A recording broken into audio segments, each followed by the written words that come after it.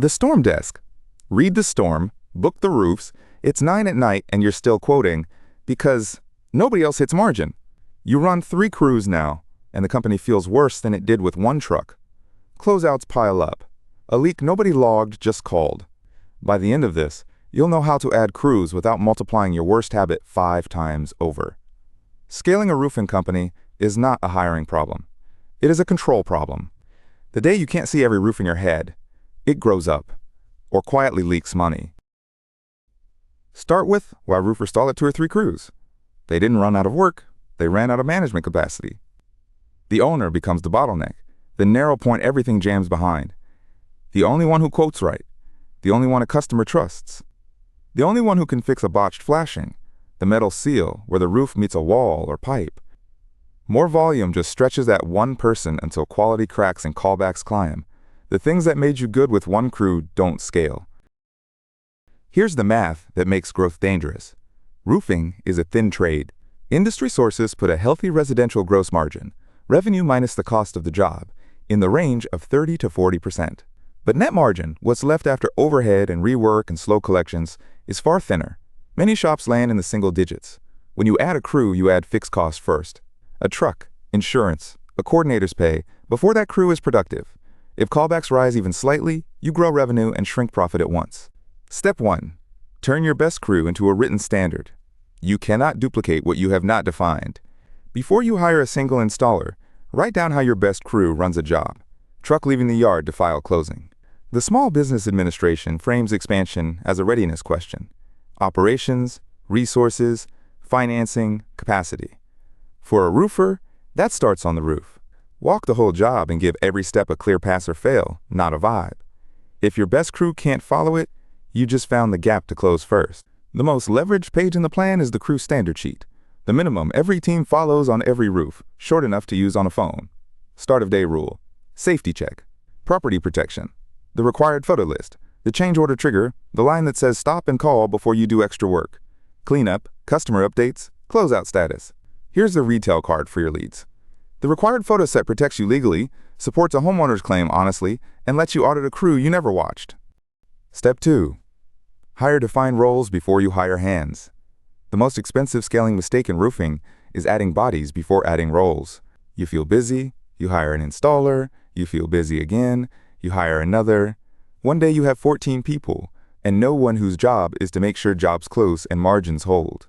Define the roles on paper, even if you wear 3 at first.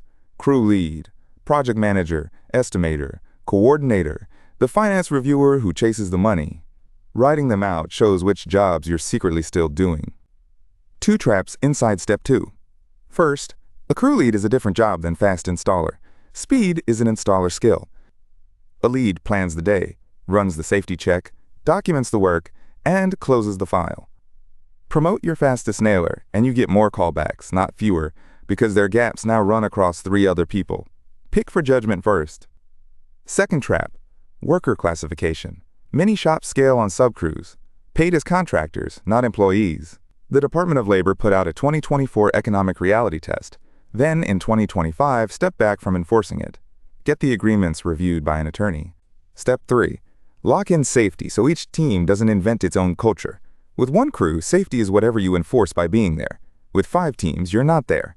So it has to live in routines and records that exist, whether anyone is watching or not. The baseline is federal. Under OSHA's residential standard, workers 6 feet or more above a lower level need conventional fall protection.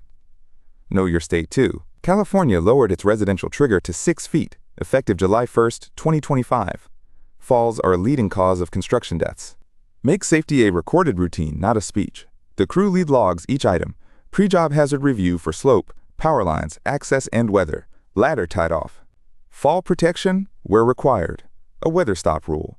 And stop work authority for every worker. The right to halt an unsafe job with no fear of punishment. In a 5-team company, you'll never catch the bad access call. What catches it is a culture where the newest helper can say, "We're not getting on that." Train by role and prove it before independent work. Step 4. Build production, finance, and service controls you can actually read. This is where a company becomes a real business or stays a busy job. The SBA is right. that growth without financial visibility is how profitable-looking companies run out of cash. So run the numbers per team every week. Jobs completed, gross margin, labor hours versus estimate, callbacks, days to collect. If one crew runs 10 points under target, investigate before it spreads. Then build one production board you review daily. Separate service from production? When leak calls and punch lists interrupt every crew, scheduled discipline collapses, and your best installers go unbillable. Give service its own lane, with an intake owner and a closeout status. And here's the cash trap, the most underestimated risk in scaling. A new crew costs money on day one but doesn't produce collected work for weeks.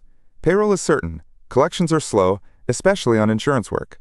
You can post a great revenue month while the bank balance falls. Step 5. Keep sales and records consistent. Sales has to match production capacity, full stop. The fastest way to wreck a growing brand is to sell 5 crews of work that 2.5 crews can deliver. Set a weekly cap on real availability, and hold the line. Then the line that gets sharper as you get louder. On storm work, you document conditions and write an estimate. The insurer decides coverage. Train every representative to never say they'll handle, fight, or get a claim approved, and never to offer to waive a deductible.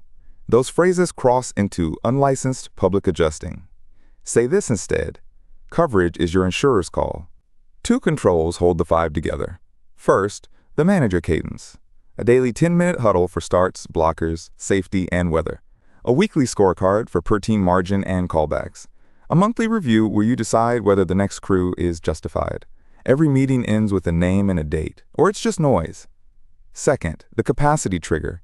Add a crew only when all of these are true. A real backlog at margin. Current crews hitting target. The new accountability owned by a named person. A trained lead ready. Cash to cover the ramp. Here's where RoofPredict fits and where it doesn't. 2 ways.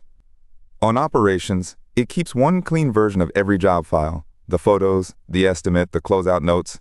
So every crew submits the same record, and you compare teams instead of digging through 4 phones. On outbound, it points your canvassing and mailers at homes that are actually due, pairing an estimated roof age range with storm physics modeled per home. It is not a lead buying service. It does not inspect or diagnose a roof, and roof age is a planning range, not an exact date. Close the loop. Scaling is a control problem, not a hiring problem.